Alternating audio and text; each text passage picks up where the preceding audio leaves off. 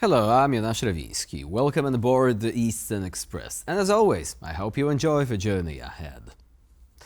On this episode, we're looking at Georgia and Kazakhstan betting big on what they're calling the Middle Corridor. This unlikely duo is banking on a new transport route that promises to revolutionize the way goods move between Asia and Europe. Think of it as modern-day Silk Road, with more paperwork and border checks. Now you might be wondering whether the Middle Corridor project is even important. For several countries, it's a lifeline, however. And so without further ado, let's take a look at our latest report to find out more. Kazakhstan and Georgia are interested in the same thing, finding alternative trade routes and boosting the ones they already have, while tightening cooperation among Central Asian countries. This is where the Middle Corridor, or the TITR, comes in. It is a Eurasia-spanning trade route which runs from China through Kazakhstan and Georgia all the way to Lithuania and other European countries. It exists as an alternative to two other massive trade routes, the Northern Corridor which runs through Russia and the ocean route through the Suez Canal. Cooperation as part of this trade route was the focal point of the recent meeting between Kazakh President Kassym-Jomart Tokayev and Georgian Prime Minister Irakli Kobakidze. The Georgian Prime Minister and his government have been under fire from the West for their response to peaceful pro-EU and anti-government protests. The police's crackdown has led to international condemnation from the European Union and the United States. The termination of opposition MP mandates and allegations of unfair elections have all marred any goodwill that Georgia has had with the West. Hopes of EU membership are becoming a fading dream. So it's no wonder that Georgia is turning to others like Kazakhstan and China. Tbilisi signed a strategic partnership with Beijing in 2023. China is a very important player to Central Asian and Caucasus countries that are finding their way. Tbilisi doesn't seem too eager to speak with Moscow, as the countries don't have formal diplomatic relations. For now, given its crisis with Western countries, Georgia seems interested in projects like the Middle Corridor, but it is currently unclear whether it will bloom into regional cooperation or perhaps push Georgia into Russia's waiting arms. And now, as always, it's time to explore the issue in greater detail. And so, let's begin. In an era where global trade is constantly being redrawn by shifting alliances and geopolitical maneuvering, some countries are saying, forget the old predictable routes, let's blaze a new trail. Compare it to ditching your aging, once reliable diesel car for a shiny new electric vehicle. Traditionally, goods have traveled along well-trodden routes, but often involved traversing Russian territory. For decades, Europe's supply chains have been, in one way or another, tied up with Russian logistics. But thanks to what some would call evolving political dynamics, but what I would call Russia's despicable actions on the global stage, Georgia, Kazakhstan and even Azerbaijan are saying, well, we can do better. The Middle Corridor is supposed to offer a faster, more efficient route between Asia and Europe. It is a promise of shorter shipping times, lower costs, and a big slice of economic autonomy for the region. Sounds like a win-win situation, right? Well, that is exactly where things get complicated. Experts are debating whether this Middle Corridor can really compete with the old reliable routes. Because while the idea of bypassing traditional bottlenecks is tantalizing, it seems like a no-brainer now, the reality on the ground is more like navigating a labyrinth designed by a committee of old-timey bureaucrats. The infrastructure, roads, railways, and corresponding customs procedures is still a work in progress. It's not exactly the express way to success, it's more of a scenic but certainly winding road. And when you factor in the political tensions and regional rivalries, it's hard not to wonder if this corridor is less of a breakthrough in logistics and more of a logistical nightmare, just waiting to happen. Proponents of the Middle Corridor say that by skirting around the congested hubs of old, you can move goods faster and cheaper. Critics, however, argue that until the necessary investments in infrastructure are made, the corridor might remain more of an aspirational project than a practical solution. In short, it's like buying a ticket to a concert that might get cancelled at the last minute. Exciting in theory, but you're never really sure what you're going to get. Remember the Fire Festival? On a different note, for the countries involved, the Middle Corridor represents a chance to assert their geopolitical relevance and break free from the shadow of larger, more dominant powers. It is an ambitious move that says, we're here, we matter, and we're ready to play in the big leagues. But if we're being frank, geopolitics is messy, and regional ambitions often come with a side of competing interests, corruption, and the occasional backdoor deal. It's like a game of poker, where everyone's bluffing, and no one's quite sure if the dealer is playing fair. And now here to shed more light on the issue is Bruce Pannier, board member at the Caspian Policy Center. Hello and welcome to TVP World. Thank you. It's a pleasure to be here. So, Irakli Kobakhidze traveling to Kazakhstan. At the outset, we should probably say that this is going to be a trip with a cozy atmosphere, no difficult questions over rigged elections or over the crackdown on opposition members, right? Oh, absolutely. I mean, in some ways, the two systems are comparable. Kazakhstan, it doesn't really have any registered opposition at the moment, so their elections are always well managed, and everyone's pretty sure about what the results are going to be long in advance. So Kazakhstan would not be one to complain about the deficiencies in Georgia's recent elections. But this is not just going to be any sort of trip for comfort or just for basically looking good in pictures. It is actually about economic cooperation, among other things. Would you say that this actually can have some serious impact, especially when it comes to the so-called middle corridor? Absolutely, and I think you just said the magic words right there, middle corridor. I mean, Georgia is a very important partner for Kazakhstan. Kazakhstan, Kazmunay Gas, the state oil and gas company of Kazakhstan, owns the oil terminals at the Batumi port. They also are building other structures for a multimodal transportation route at the port at Poti in Georgia, and they've even reached out and talked about doing some work with Anaklio as it's getting constructed now. A lot of Kazakhstan's oil is shipped from Georgian Black Sea ports and goes over to Romania or Bulgaria. At the moment, they're trying to increase that amount because they're trying to Kazakhstan, is trying to lessen its dependency on Russian export routes. Georgia right now, it has been a partner, but it's becoming a much more important partner for Kazakhstan and its aspirations to export its goods, particularly oil, by a non-Russian route and get everything to Europe.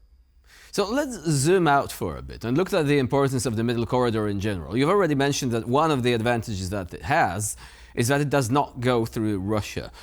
What other benefits can it offer in terms of trade? Well, certainly in terms of imports and exports between Russia and Kazakhstan, or more broadly in Central Asia, or even more broadly in terms of all the way through Central Asia to China, which of course brings Central Asia transit fees. It's immensely important. Russia's full-scale invasion of Ukraine that they launched in February 2022 gave a huge boost to the use of the middle corridor. Now, more recently, Houthi militia in Yemen have also boosted the importance of the middle corridor because they've put a chokehold on the shipments through the Red Sea.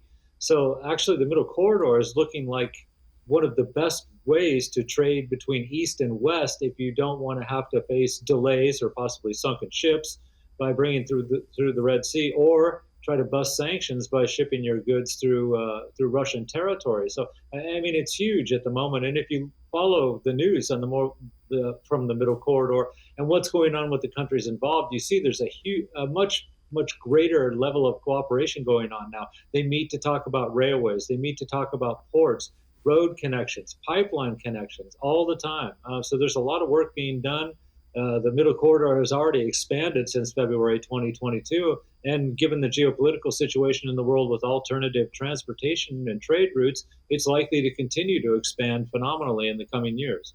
So it has tremendous potential, but what would you say about the challenges which have to be overcome along the way? Would you say, for example, that one of the problems is the bottlenecks and the fact that the countries which form part of the corridor do not necessarily have enough funds yet to actually eliminate those bottlenecks altogether, so they would need to attract some investment from outside? Well, this is exactly right. Volume is the key word here. How much can you get through this place? Inevitably, if you're looking at it from Central Asia, you have to get your goods over to Azerbaijan. Azerbaijan can only handle so much. They have a new port outside Baku. when they finish this next phase of development, it'll be up to be able to handle 25 million tons of goods. That's great, but Kazakhstan alone can send 25 million tons of goods in the near future into that port. And then there's Turkmenistan, which also has a new port which is able to handle 25 million tons of goods and ship them. So, that's just one example of the port system. Now, in terms of oil and gas, there is pipelines that go from Azerbaijan through Georgia again and end up in Turkey. But these also have capacity limitations at the moment. So they're going to have to do something to expand both the oil and the gas pipeline volumes so that they can export the kind of goods that they're talking about exporting. Railways, great. Just a couple of years ago, I was in Georgia, and they were saying one of the biggest problems is they only have a limited number of locomotives for the trains. That's got to change too. The railways have to be upgraded. They have to have parallel lines that are running out there. They need more, again, locomotives, wagons. So all this stuff has to be done as quickly as possible. Now, where's the money going to come from for that? Well, since ultimately the people benefiting from this are China and the European Union, you would think that both those two parties would be willing to put up some of the money for this. Central Asia certainly will, and Kazakhstan certainly has put some money into this. But I think, if you're looking at this from the grand scheme of East-West trade, European-Chinese trade, it's really those two big partners that are going to have to find some extra money to help expand the trade and transportation routes to the South Caucasus. So now, do you think there are concerns that perhaps due to the political situation at the present state, Georgia might not actually be quite as willing to leverage the advantages that the Middle Corridor may offer, at least in theory? Because you have a government which generally has veered away from the European Union towards Russia. And Russia clearly doesn't have that much of an interest in promoting the Middle Corridor. It would rather have everything being shipped through the North Route instead. So would you say that perhaps Russia would be able to leverage its own influence over the Georgian Dream Party and Mr. Kobahiz himself and try to make this cooperation stay within certain boundaries? Like, of course, they're not going to withdraw from it, but they are not going to go beyond a certain limit either. Do you think that this could actually be a problem there? I think we can expect that there's going to be this kind of pressure from the Kremlin going forward. Certainly the European Union won't have as much leverage in trying to deal with this. I think, or the Central Asians. If Kazakhstan wants to expand the capacities going through the South Caucasus, specifically through Georgia, that's probably not going to mean much to the current Georgian regime. However, I think, as is true of so much that has to do with the Middle Corridor, if China sees that its interests are being negatively affected by Georgian reluctance to expand these corridors, then that's going to present a problem for both Georgia and for Russia, because China is in a much stronger position to put pressure on Georgia or any of the countries through the Middle Corridor simply because of Chinese financial power. So, while Russia might not like what's going on, Russia does not like the fact that the Middle Corridor is making as much progress as it is. But then again, Russia's key partner in the geopolitical sphere at the moment happens to be China. I mean, they lean on them all the time, given the fact that Russia is a pariah state this moment internationally. So if China just says it's in our interest that we build the Anaklia port, for instance, which China has huge investments in already, that we are able to ship more goods quicker through the Middle Corridor, it's going to be very, very hard for Russia to pressure the Georgian government, because even Georgia is taking huge amounts of money from China at the moment. And I think that's ultimately what it comes down to, is if Beijing sees that it's in its interest to get these things accomplished, they will push back on Russian pressure on Georgia. So naturally, if Beijing becomes more involved, then the viability of the project increases. But also, do you think the risk, again, that the countries participating in this project are running, is that the more Chinese investment they accept on their soil, the greater their economic dependence will be? And that's an established mechanism, isn't it? I mean, cheap loans, which are only cheap financially, but they also have this sort of hidden political cost attached, and so on. And on the other side, would you say that these countries are really that much worried about this? Like Kazakhstan, Georgia, Azerbaijan, because clearly, it's not as if it was a European country, like in the European Union, like we had with Hungary, for example, where there are concerns that this may erode democracy. We do not really have that sort of dynamic there, do we? No, we don't. Not certainly not at the moment. If you look at the countries the three countries in the South Caucasus, I mean, they're very different styles of government.